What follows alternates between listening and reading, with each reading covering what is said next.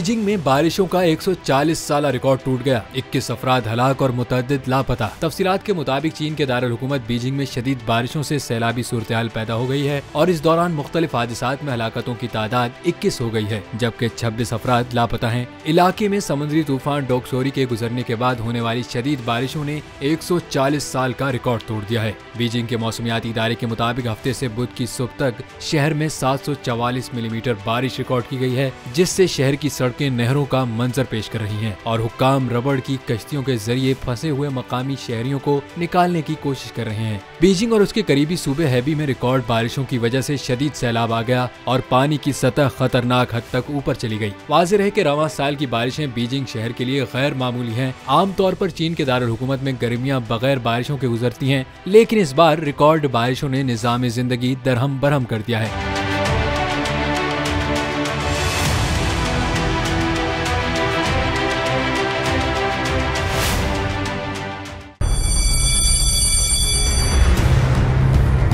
जामियात में चलता गोरख धंधा,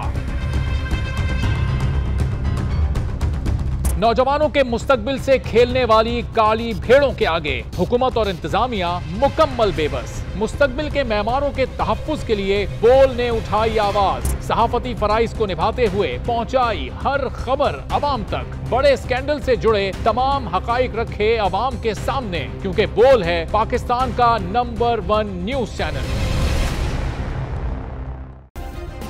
सब्सक्राइब करें और बेल दबाएं ताकि कोई खबर रह न जाए।